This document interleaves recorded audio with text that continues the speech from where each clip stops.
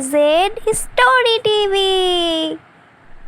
Hello दोस्तों, आज जो मैं आपको कहानी सुनाने जा रही हूँ वो कहानी है अनपढ़ कलीनानाथ की। तो चलिए दोस्तों, देख के आते हैं अनपढ़ कलीनानाथ की कहानी। दोस्तों, ये हमारी नई चैनल है, इसको सब्सक्राइब, लाइक और शेयर जरूर कीजिएगा। राधिका देखने में बिल्कुल भी अच्छी नहीं थी। वो काली रंग की थी, लेकिन वो पढ़ाई में बहुत अच्छी थी। राधिका की एक बड़ी भाई थी और उसके माँ थे। उन लोगों की पिताजी गुजर चुके थे। राधिका की माँ बहुत ही बीमार थी। देख बेटा रमेश, तू शादी कर ले, नहीं तो राधिका और तुझे कौन देखेगा। माँ, हम दोनों को संभाल के लिए किसी को शादी करना जरूरी है क्या? हम एक दूसरे को ख्याल रख सकते हैं और तुमको कुछ नहीं होगा, तुम देख लेना। देख, तू मेरा बात सुन ले, तू शादी कर ले, मैं बहू को देखना चाहती हूँ।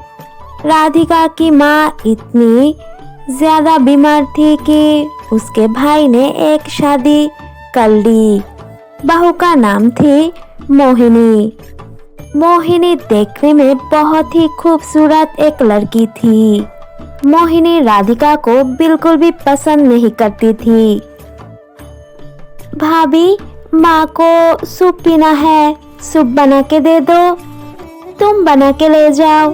तुम अगर किचन में खाना भी पका लोगी तो तुम्हारा रंग रूप को कुछ नहीं होगा, क्योंकि तुम काली जो हो।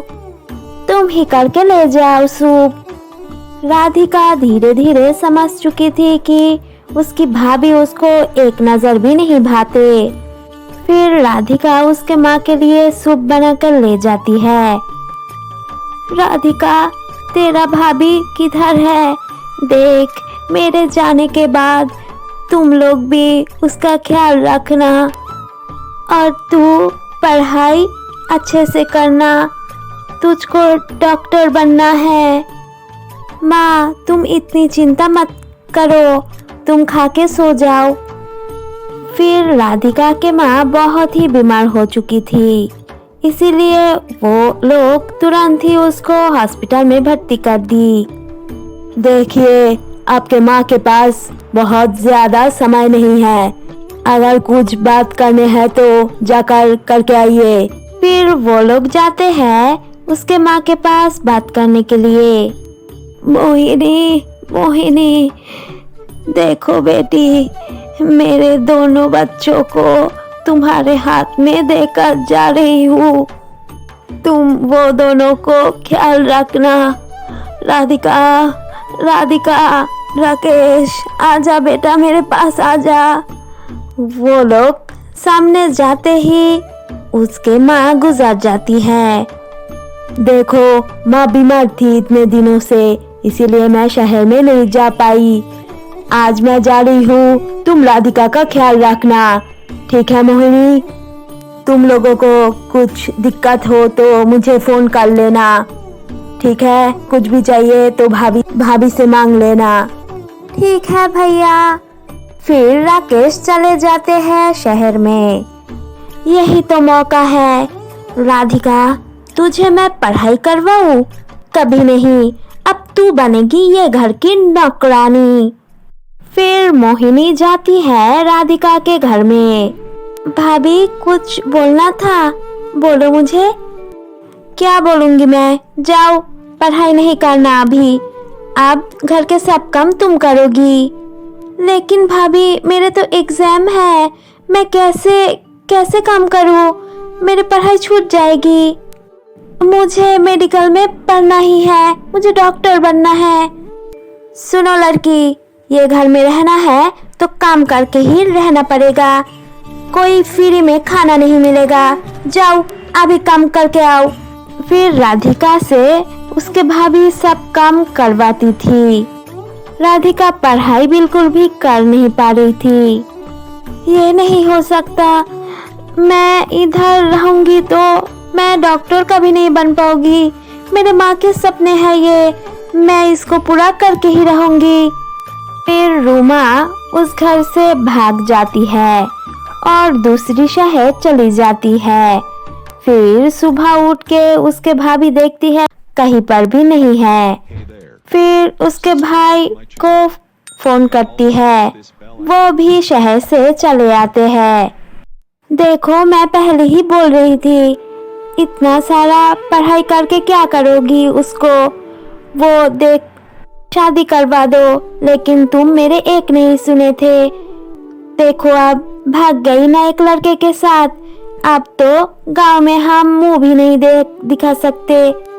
तुम ठीक ही बोल रही थी, राधिका ऐसी भी करेगी, मैं कभी नहीं सोच पाई।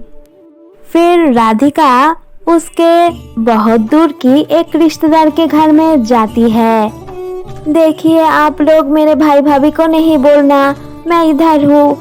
मैं एग्जाम दूंगी और मेडिकल में चांस पाके मैं इधर से चली जाऊंगी और हॉस्टल में रहूंगी। आप लोग प्लीज मुझे कुछ दिन के लिए यहाँ पर रहने दीजिए।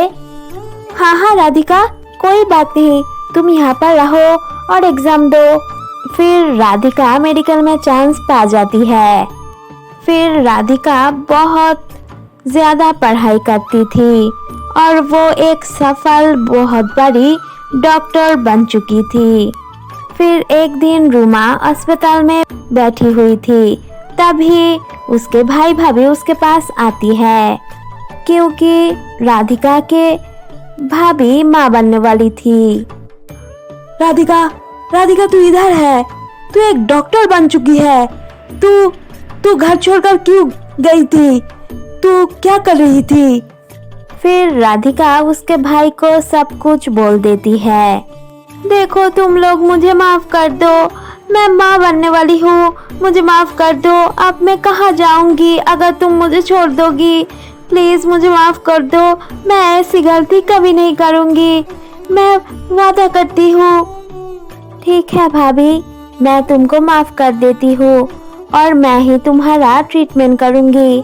तुम चिंता मत करो, स्ट्रेस मत लो तुम इस टाइम में।